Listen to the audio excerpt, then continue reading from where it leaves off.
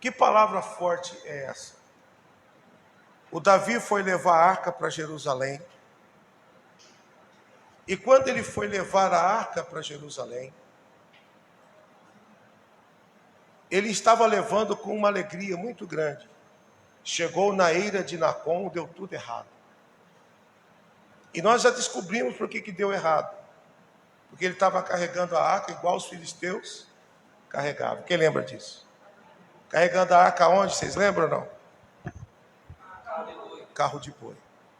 Quem que fez isso? Quem que teve essa ideia? 1 Samuel 6. A Bíblia diz que quem fez isso foi os filisteus.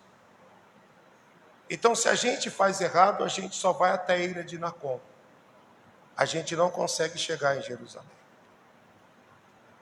E ali, na eira de Nacon, foi um lugar de frustração. Porque Davi desistiu daquilo que ele mais queria, que era levar a arca a Jerusalém. Ele ficou triste. Foi um lugar de morte, porque Uzá morreu. Mas também foi um lugar de recomeço, porque foi na eira de Nacon que Davi descobriu que estava fazendo errado. E às vezes Deus permite que a gente descubra que estamos fazendo errado, para que a gente possa buscar a maneira certa de fazer, e a gente conseguir chegar aonde Deus colocou a mão, onde Deus quer que cheguemos, amém? Capítulo 4 de Atos, hoje, nós vamos estudar aqui, Atos capítulo 4. Que quente, hein, gente? Que calor é esse? Liga isso aqui para nós. Liga aí, Milton. Calor, hein?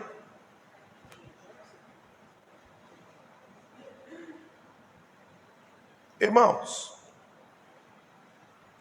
aqui no capítulo 3 de Atos, a gente tem uma palavra que todo mundo já conhece.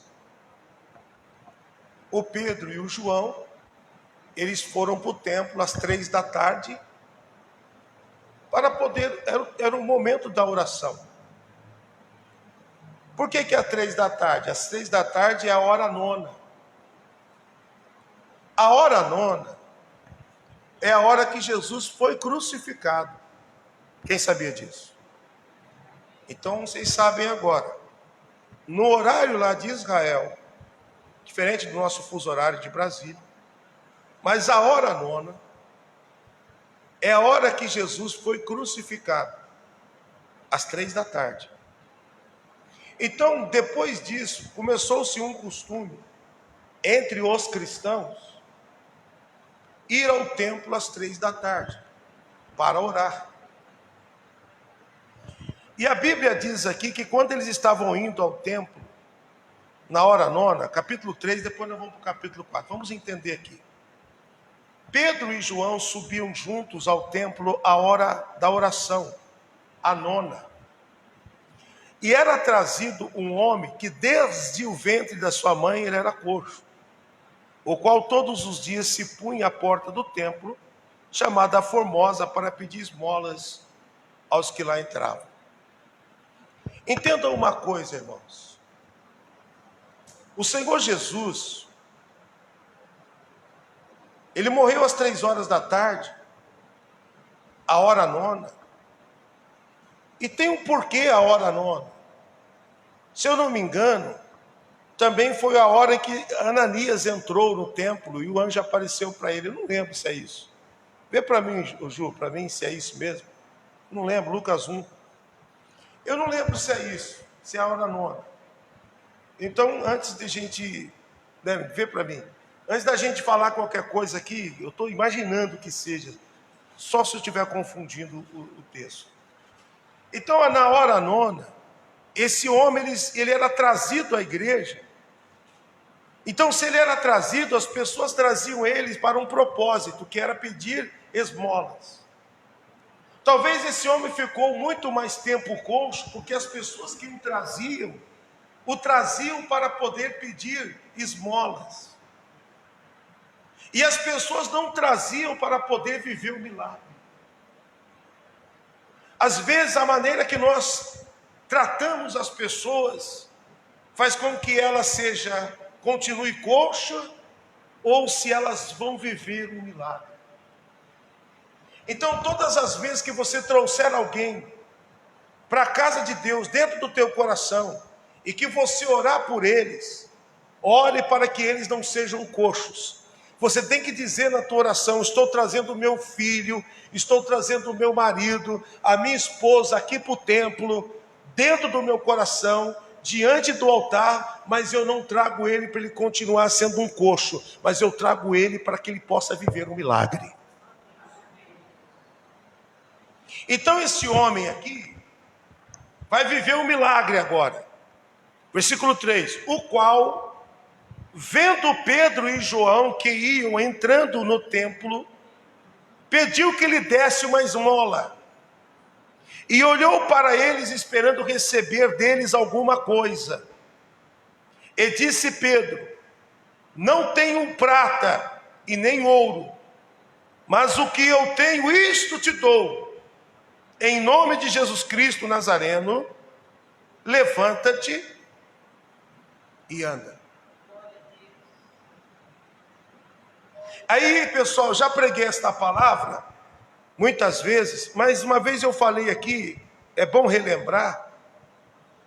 Será que se Pedro tivesse o dinheiro, esse cara teria vivido o milagre?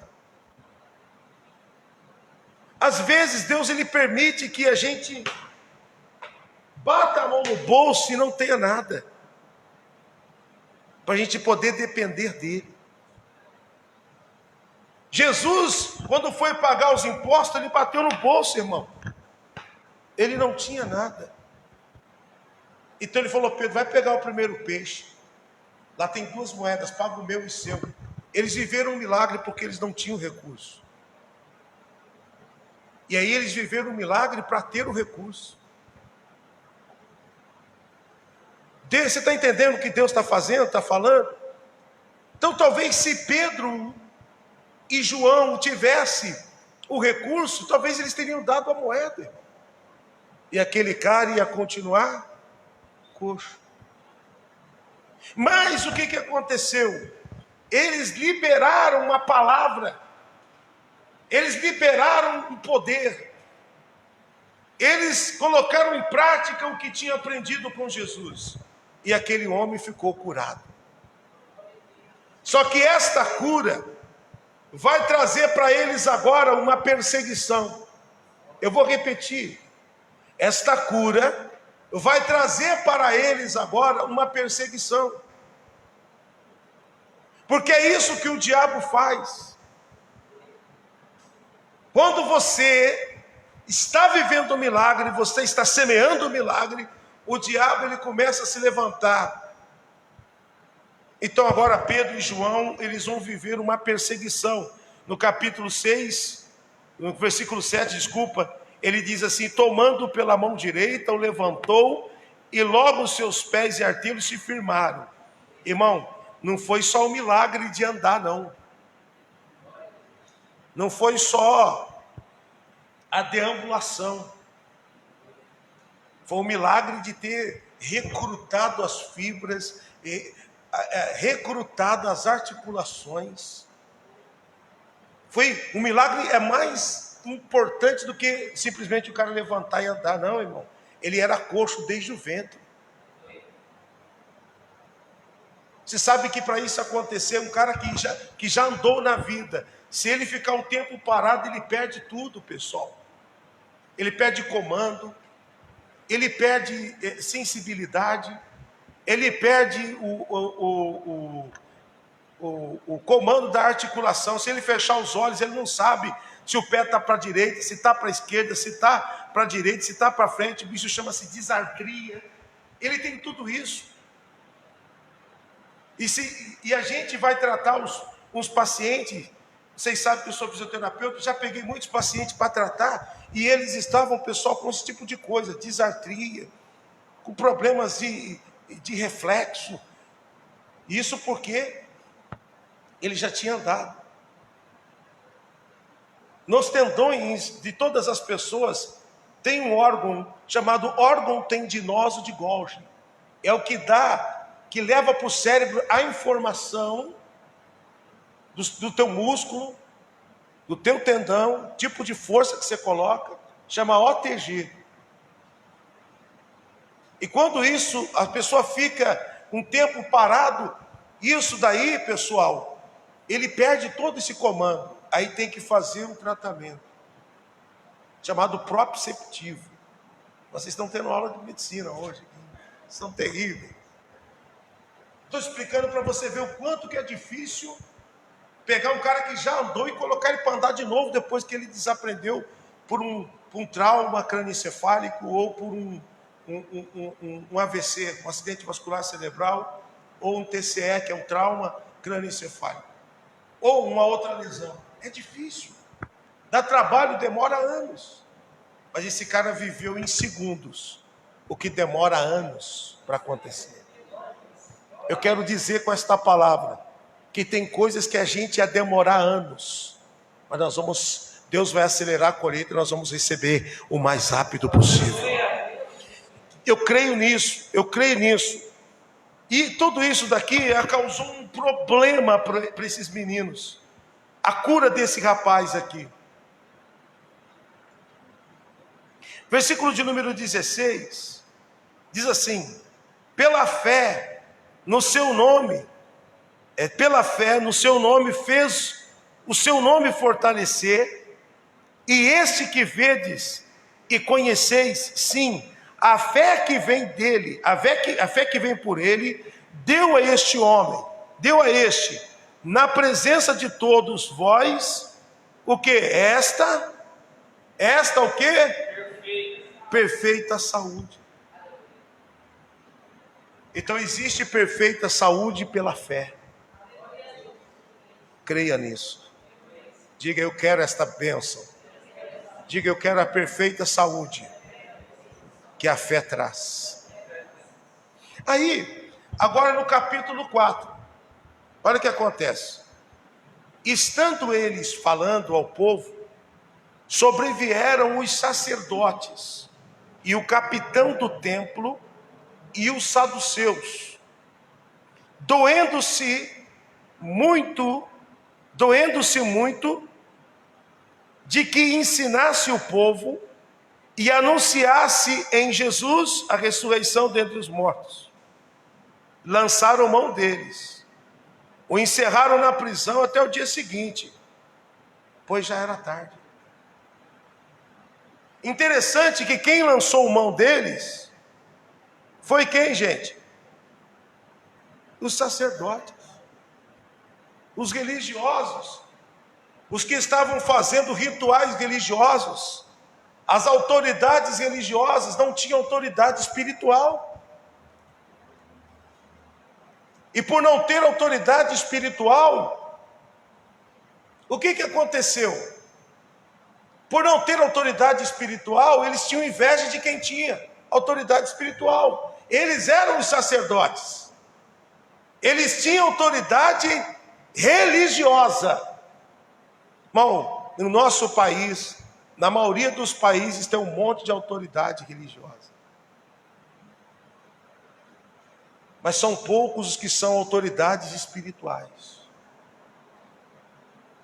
Acabe tinha 400 profetas, ministros. 400. Mas eram autoridades religiosas.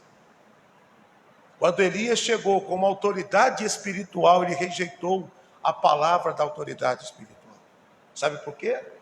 Porque é mais fácil você ouvir 400 mentiras do que uma verdade.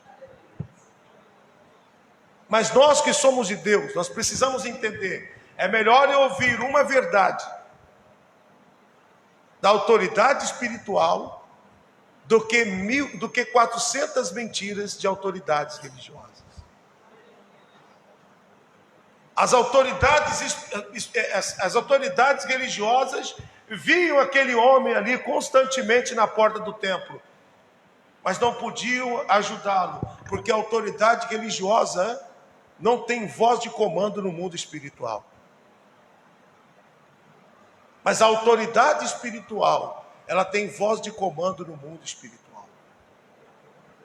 E isso daqui serve para mim e para você. Nós somos de Deus, nós o aceitamos, nós fazemos parte do reino, Ele nos deu o nome dEle, Ele nos ensinou a arrepender do pecado, tudo para que nos tornássemos autoridades espirituais. O livro diz aqui então que os sacerdotes vieram e mandaram prender eles. Aquele milagre fez com que eles agora ficassem perseguidos. Só que o Deus que te chamou como autoridade espiritual, você pode ser perseguido, você pode ser lançado na prisão, você pode passar por luta, mas o Deus que te chamou como autoridade espiritual já preparou o livramento para você em nome de Jesus.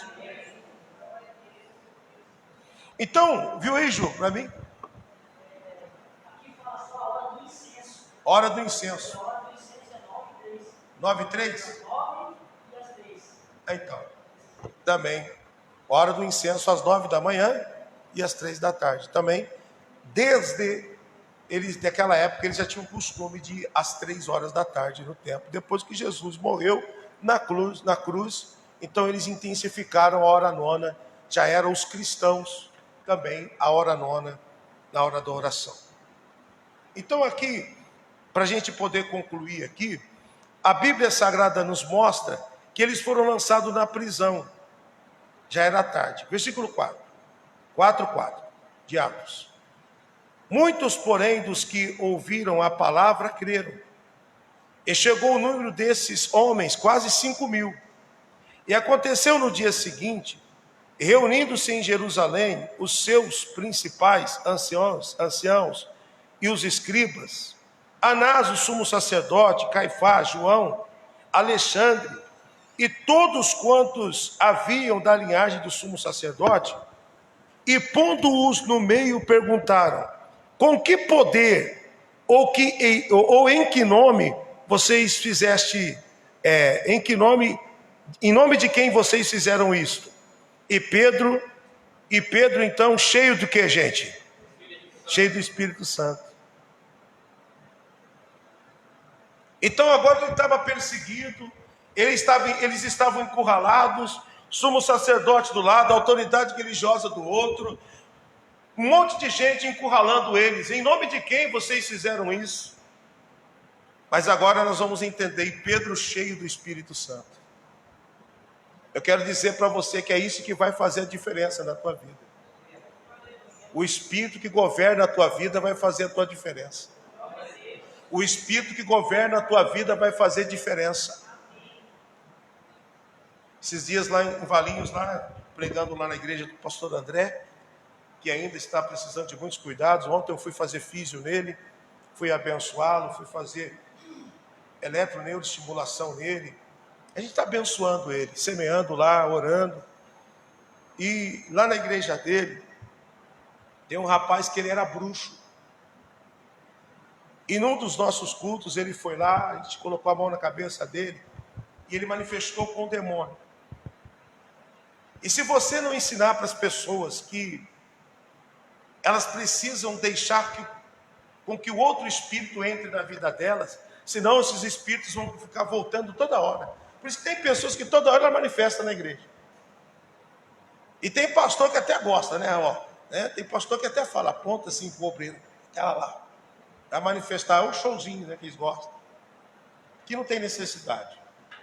Mas isso daí, pessoal, é uma coisa tão desnecessária. As pessoas ficam manifestando com o demônio. Não que a pessoa que venha possessa não possa manifestar, mas ela tem que manifestar uma vez só.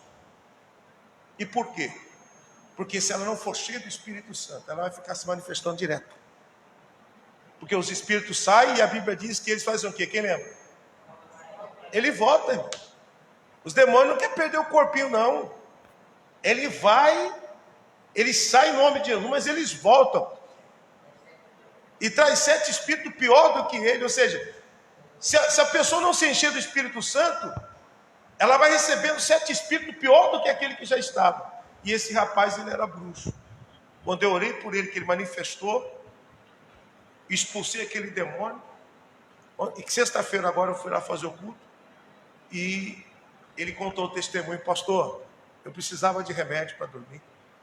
Depois daquele dia, contou o testemunho, nunca mais. Sabe por quê? Quando terminou de expulsar o demônio dele, pedi para ele olhar para mim e dizer e ele confessar isso: agora o Espírito de Deus é que vai governar a minha vida. Fui falando para ele: confessa assim, assim, assim, e declare a partir de agora: Espírito Santo, venha sobre a minha vida, não tem mais lugar aqui para os espíritos malignos. Irmão, a partir daquele dia, ele começou a dormir. A mãe dele perguntou, ele não dormia nem com remédios. A mãe dele perguntou: filho, você está tomando remédio? Ele falou: mãe, faz tantos dias que eu não tomo remédio. Mas como você está dormindo tanto assim? Porque entrou a libertação.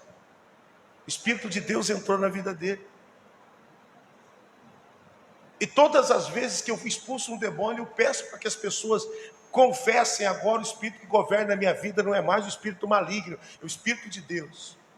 Por quê? Porque na hora da luta, a gente precisa estar cheio do Espírito de Deus.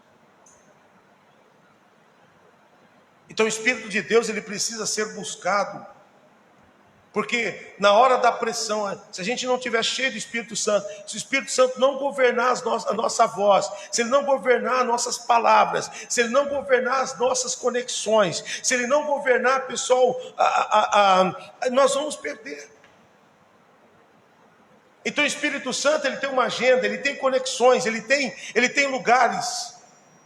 E agora, por causa daquele milagre, eles estão sendo perseguidos. Mas o Pedro, eles estavam encurralados agora. Versículo 8, então Pedro, cheio do Espírito de Deus, Espírito Santo, lhes disse aos principais do povo: vós, ancião de Israel, visto que hoje somos interrogados acerca do benefício feito a um homem enfermo e do modo como foi curado.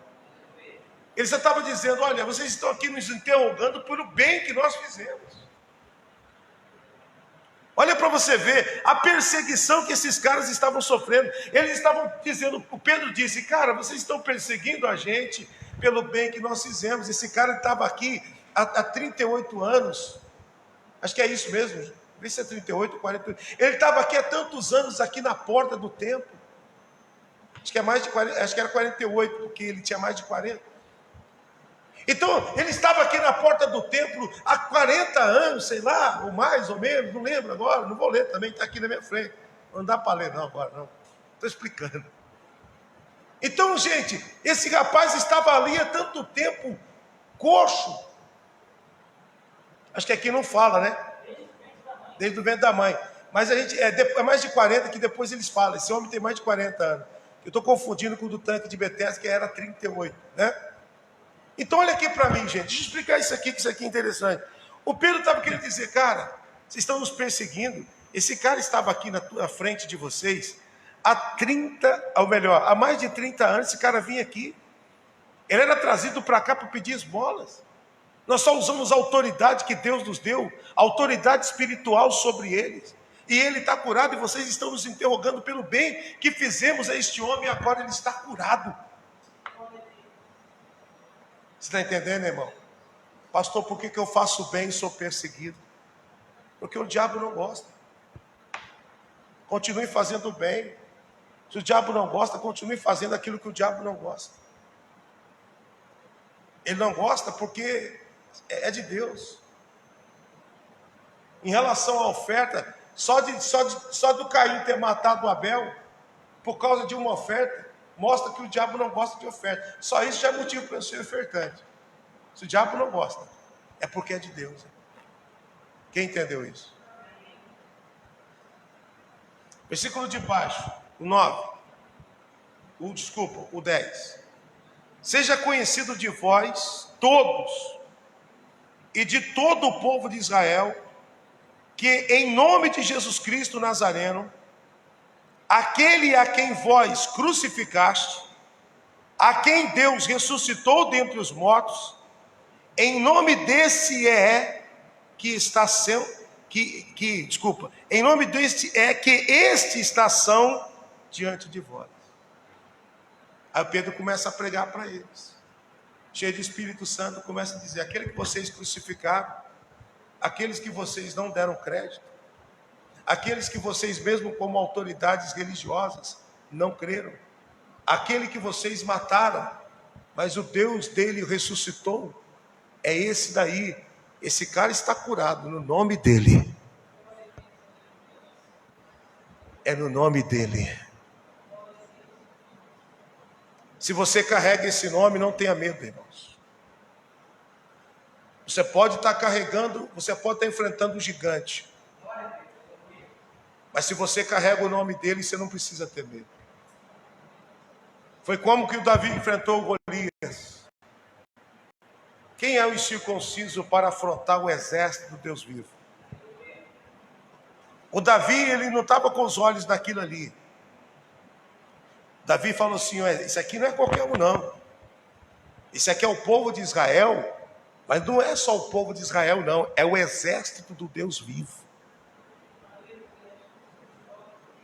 Eu disse para o pessoal esses dias pregando, que Davi, ele não tinha espada. O Davi não tinha escudo. Ele não tinha armadura, porque a que colocaram nele era muito grande.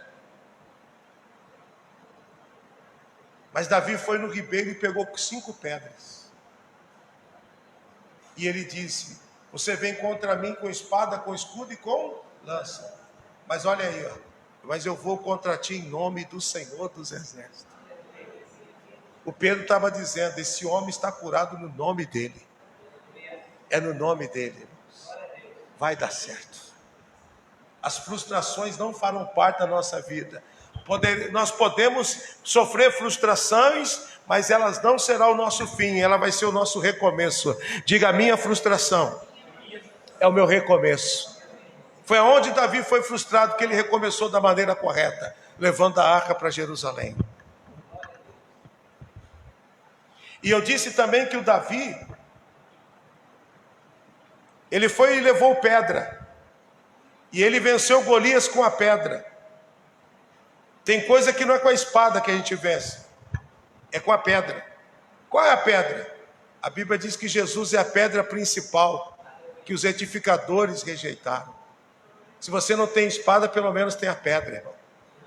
Se você tiver Jesus, o gigante vai cair. Amém? Muito bem. Versículo qual é, gente? Me ajuda aí. 11. E até que eu vou ler agora aqui. Ele é a pedra que foi rejeitada por vós. É isso que eu estou falando agora. Então Jesus é a pedra que foi rejeitada. Pedro está dizendo, cheio do Espírito Santo: Jesus é a pedra que vocês rejeitaram. Você está entendendo porque tem muito gigante que não está caindo, irmão? Está faltando a pedra. Está faltando Jesus. Está faltando aquele que faz. Versículo de número 11, a parte B. O qual foi posta por cabeça de esquina. E em nenhum outro há salvação. O Pedro estava aproveitando na hora que ele estava sofrendo a pressão para pregar o evangelho. O Pedro estava numa pressão, mas ele estava cheio do Espírito Santo e começou a lançar a palavra. Começou a dizer: há um Deus que ressuscitou. Aquele que ressuscitou, foi em nome dele que esse homem foi curado. A pedra principal que vocês rejeitaram. Vocês edificaram tudo, mas está faltando a pedra principal. E aqueles homens ali, todos escutando o que Pedro estava dizendo. E a Bíblia diz assim: nenhum outro há salvação, porque também debaixo do céu nenhum outro nome há, dado entre os homens pelo qual devamos ser salvos. Ele falou: e também não tem outro nome que nós podemos carregar que possa salvar o homem. Todos os outros nomes que tem aí, irmão, de outras religiões, eles não podem salvar. Esse pode. O nome de Jesus. Foi por isso que ele diz: tudo que pedirem em meu nome, eu farei. Por isso que a oração do crente tem assim: Senhor, em nome de Jesus nós oramos. Ou ela termina: nós cremos em nome de... Por que a gente ora em nome de Jesus? Porque não há outro nome que possamos ter salvação. Versículo 13. Então eles, vendo a ousadia de Pedro e João, informados de que eram homens sem letras e indoutos, maravilharam-se, reconheceram que eles haviam estado com Jesus. Aí, irmãos, olha para mim. De repente, esses caras, eles olham um para o outro. E eles falam assim, cara, o sacerdote olha para o saduceu, para o guarda, fala, esses caras aí, eu fiquei sabendo que eles são analfabetos. Eu estou olhando fiquei sabendo que esses caras não têm estudo, eles não têm diploma, eles não são poliglotas. Fiquei sabendo que aquele ali, inclusive, o Pedro, ele era pescador, inclusive, ele fala meio arrastado, ele tem sotaque de caipira. Ele é meio caipirinha, lá de Piracicaba. Então, as pessoas notavam a ousadia deles e disseram, cara, não pode ser. Esses caras não podem ser analfabeto. Irmão, Deus é tão bom que até os mais estudados ficaram boquiabertos com os caras analfabetos, porque eles carregavam dentro deles a autoridade espiritual. Quando você tem autoridade espiritual, não tem para juiz, não tem para advogado, não tem para desembargador, não tem para ministro, não tem para presidente. A autoridade espiritual é autoridade espiritual. Da onde que Eliseu era, ministro? Da onde que Eliseu era, lembra? Da onde? Da roça. Mas ele teve a unção dobrada de Elias. Os reis vinham até ele. E quando ele chegava, os reis perguntavam, é de paz a tua vinda? Porque sabia que ele não era só um cara que era da roça. Ele era cheio do Espírito Santo e tinha sobre ele autoridade espiritual. A minha pergunta é para você nesta manhã. Que tipo de autoridade você quer ser? Eu não quero ser autoridade religiosa. Eu quero ser autoridade espiritual. Porque a autoridade religiosa, ela pode entrar no hospital a qualquer hora. É só apresentar a carteirinha. Só que quando chega lá, os enfermos não vão ficar curados. Mas a autoridade espiritual, ela chega lá, põe a mão e vai ter cura. Vai ter bênção, vai ter salvação. Se Deus não curar aquela pessoa, pelo menos vai salvar aquela vida. Quem entendeu a diferença? Então nós precisamos entender isso. Agora, o ponto-chave da minha palavra, que é uma palavra que Deus colocou no meu coração ontem para ministrar, ontem à noite eu estava meditando. Então ele fala que não tem outro nome que possamos ser salvos, mas lembre-se, ele estava sendo perseguido por causa do milagre acontecido, mas agora ele estava evangelizando os que perseguiam ele. Esse é o nosso Deus, irmão. Agora, olha que interessante o versículo 13. Então, eles, vendo a ousadia de Pedro e João, informados de que eram homens sem letras e indoutos, analfabetos, maravilharam-se e reconheceram que eles haviam estado com Jesus. Ele falou, cara, esses caras estiveram com Jesus. Meu amigo, esses caras aí estiveram com Jesus. Esses meninos aí, eles estiveram com ele. Eles estiveram com Cristo. Então as pessoas notavam neles. Esses aí não são qualquer um. Esses sentaram na mesa com ele. Esses aqui não são qualquer um. Estiveram com ele. Esses não são qualquer um. Aprenderam com ele. É isso que você está entendendo, irmão? No mundo espiritual é isso que vai acontecer. Eles vão dizer, e esse daí não é qualquer um. Sentou na mesa com ele, aprendeu com ele, ouve ele. Aleluia. Então tem muitas pessoas que elas não vão ser cheias do Espírito Santo, elas não vão mudar lugares. Elas não vão mudar sentenças porque elas não têm o Espírito de Deus. Mas eu quero dizer para você que aqueles que são cheios de Espírito de Deus vão ser ousados em lugares que muitos são acuados. Aqueles que têm o Espírito de Deus, eles vão destacar e vão deixar os magistrados de boca aberta. Aqueles que têm o Espírito de Deus, eles vão convencer as outras pessoas. que você esteve com Jesus, que você aprendeu com Ele, que você esteve na mesa com Ele. Diga amém. Já vou terminar.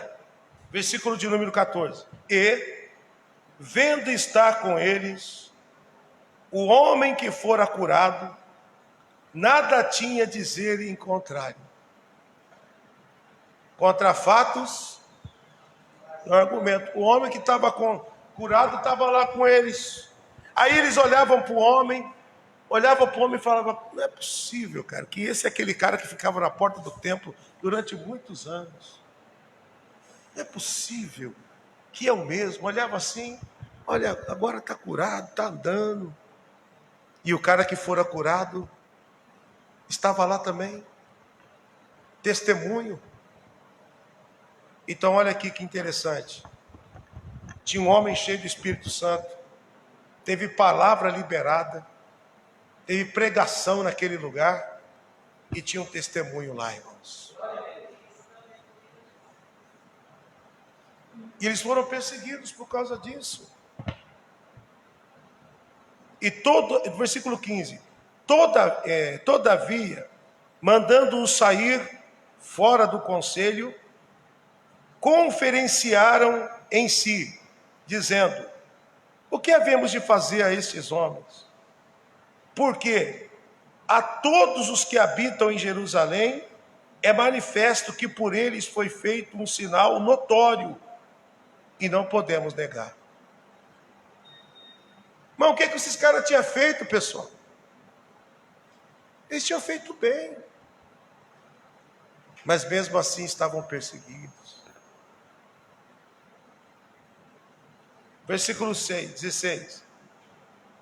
Versículo 17. Mas, para que não se divulgue mais entre o povo, ameacemo-los, para que não falem mais nesse nome a homem algum.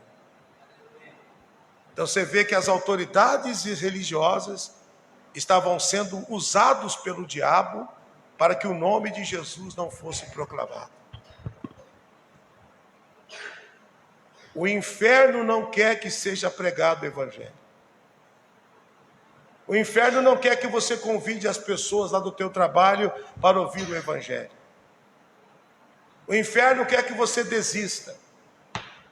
O inferno quer que você chegue até a Eira de Nacon, que você carregue a arca até lá. Mas você tem que dizer: o meu lugar é em Jerusalém. Então, a partir de hoje, mude a tua conduta. Por quê? Porque você é guiado pelo Espírito Santo. Você não precisa de contar mentira para ter vantagem, irmão. Você tem o Espírito Santo. Então agora eles vão perseguir os meninos aqui. E eles então no versículo 18, e chegando os disseram-lhes que absolutamente não falassem e nem ensinassem no nome de Jesus. Autoridades religiosas, sacerdotes, mandando alguém falar contra o nome de Jesus. Significa dizer que o nome de Jesus tem que ser proclamado, porque se o inferno se levanta contra o nome de Jesus, o nome de Jesus não pode sair da nossa boca. Eu vou em nome de Jesus. Vai fazer uma viagem, boa viagem em nome de Jesus. Meu filho, Deus te abençoe em nome de Jesus. Eu vou pagar em nome de Jesus. Eu vou vencer em nome de Jesus. A porta vai se abrir em nome de Jesus. Eu vou vender em nome de Jesus. E vai proclamando o nome de Jesus. E vai ecoando em favor da tua vida no mundo espiritual. E o inferno está dizendo: ali tem o nome de Jesus, eu não posso entrar. Porque o nome de Jesus está acima de todo nome. E perante esse nome, todo joelho se dobra. No céu, na terra, debaixo da terra. A tua cura está no nome de Jesus. A bênção que você mais imagina está no nome de Jesus. Receba agora em nome de Jesus.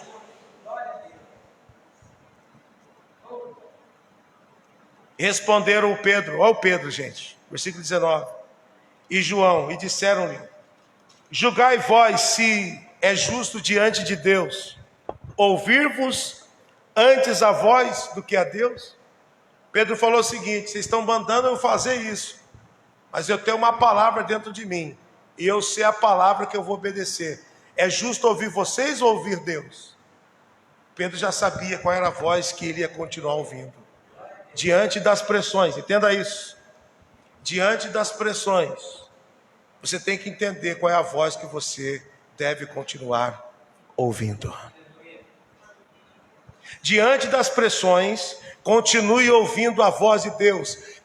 Eles querem te calar, eles querem te intimidar, eles querem fazer o teu ministério um ministério estéril. Não cale. Então Pedro disse o seguinte: eu vou ouvir a voz de Deus, porque não podemos deixar de falar o que temos visto e ouvido. Pedro falou o seguinte: o que eu vou fazer, o que eu vou levar para frente é o que eu ouvi.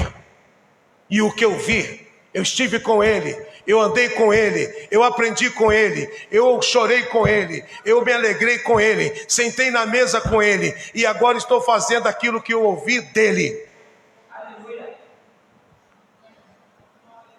Amém? Mas ainda o ameaçaram mais. Olha o inimigo, irmão. Não! Ameaçaram mais. E não achando um motivo para o castigar. Eles queriam castigar eles. Deixaram-nos ir. Por causa do povo. Porque todo o povo glorificava a Deus pelo que tinha acontecido. Então existe um povo, irmão, que é contra. E existe um povo que está glorificando a Deus pela tua vida. Existe um povo que está querendo te destruir. E existe um povo que está dizendo glória a Deus pela vida do Pedro. Glória a Deus pela vida do João. Glória a Deus porque eles aprenderam com Jesus. Glória a Deus porque eles estão passando para frente. Glória a Deus. Está entendendo, irmão? Enquanto uns querem te calar, outros estão glorificando a Deus pela tua vida.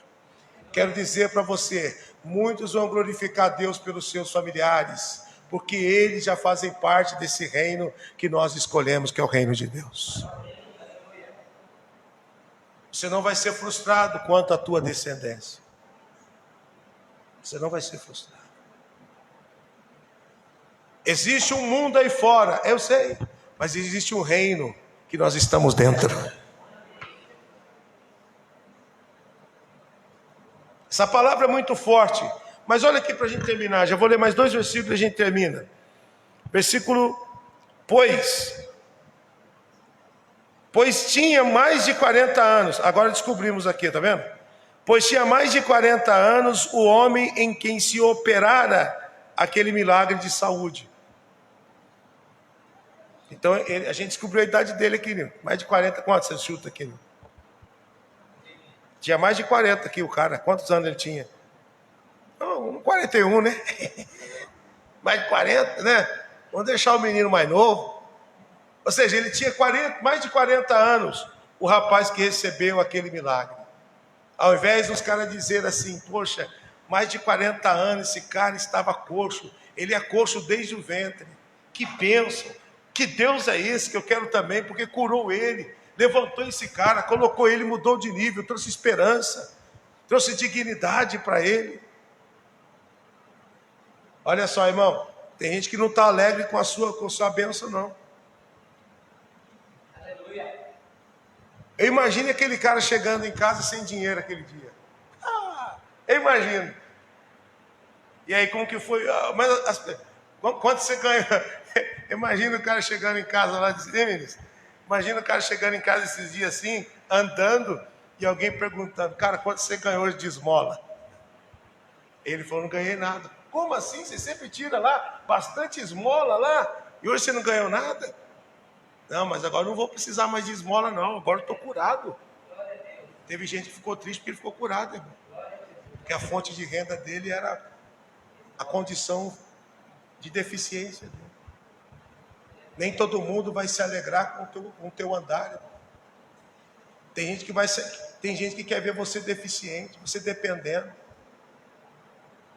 Mas eu quero declarar, esse tempo já acabou. Chegou o tempo de andar. Chegou o tempo de testemunhar. Chegou o tempo, vou repetir o que eu disse no começo, coisa que ia acontecer em muitos anos. Deus vai acelerar a colheita e vai acontecer em poucos anos, em poucos meses. E aqui, pessoal,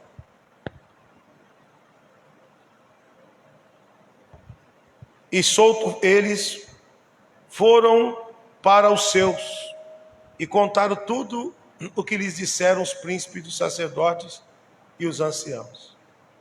Ouvindo eles isto, unânimes, levantaram a voz e disseram-lhe: Senhor, tu és o Deus que fizeste o céu e a terra e o mar e tudo que neles há, e que dissestes pela tua boca, pela boca de Davi teu servo. Desculpa.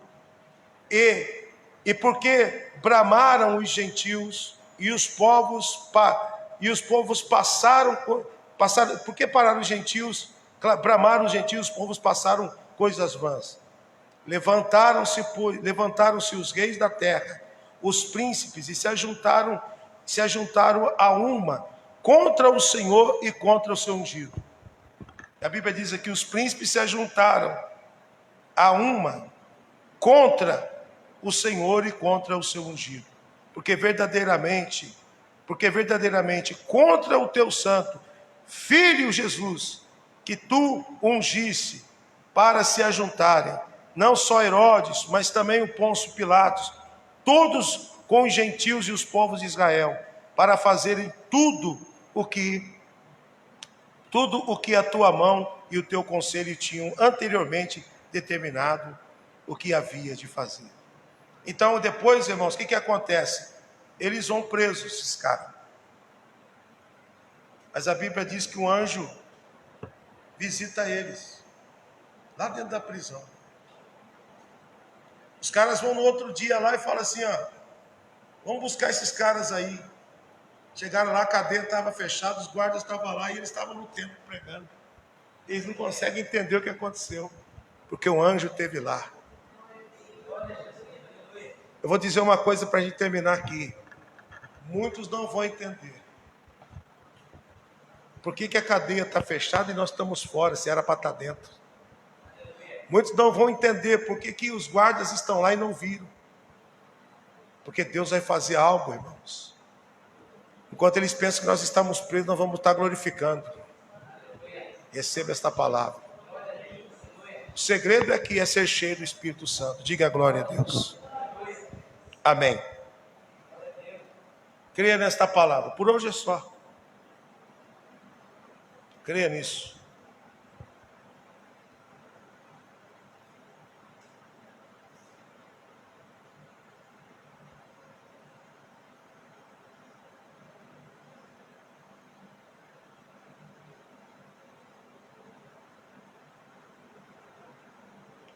É o capítulo 5, versículo 17. Só para ler aqui o negócio do anjo. Diz aqui, e levantando-se o sumo sacerdote e todos os que estavam com ele, e eram eles da seita dos saduceus, e encheram-se de inveja, lançando mão dos apóstolos, puseram aonde, gente? Na prisão pública. Mas de noite, um anjo do Senhor abriu as portas da prisão e, tirando-os para fora, disse, ide, apresentai-vos no templo, e dizei ao povo todas as palavras desta vida. Foi o anjo que falou assim, sai daí, vai para o templo e apresenta a palavra. O inferno se levanta, mas o céu também se levanta. O inferno se levantou, mas o reino se levantou. Olha que testemunho forte isso aqui, irmão. Versículo 21. Ouvindo eles isto, entraram de manhã cedo no templo e ensinavam. Chegando-se, porém, o sumo sacerdote e os que estavam com ele, convocaram o conselho e todos os anciãos dos filhos de Israel e enviaram o cárcere para que de lá os trouxesse. Mandaram buscar eles na prisão, gente. Mas tendo eles ido lá, os servidores tendo ido lá, não acharam na prisão, e voltando lhes anunciaram, olha o testemunho, dizendo, achamos realmente o cárcere fechado com toda a segurança, os guardas estavam lá fora e diante das portas, mas quando abrimos, ninguém achamos lá. Não adiantou perseguir. A perseguição vem, mas o Espírito Santo vai fazer todas elas cair por terra. A prisão vem, mas o anjo vai nos tirar dela. Diga glória a Deus. Amém. Coloque essa palavra no seu coração e fique com a palavra que você recebeu domingo passado. Não vá somente até a ilha de Nacon. Vá à frente. Vá em frente. Amém? Pessoal que está em casa, compartilhe esta palavra. Que Deus possa te abençoar e te fortalecer cada vez mais. Que esta palavra traga entendimento. Proclame o nome de Jesus. Proclame o que Deus tem feito. Leve a semente. Não desista. Não caia na pressão dos homens. Você aprendeu com Jesus. Não ouça a voz dos homens. Não ouça a voz do diabo. Na hora da pressão você tem que entender qual é a voz que você ouve. Deus abençoe. Se quiser fazer oferta, dízimo, semeadura, tem um número aí do Pix para você fazer. Em nome de Jesus.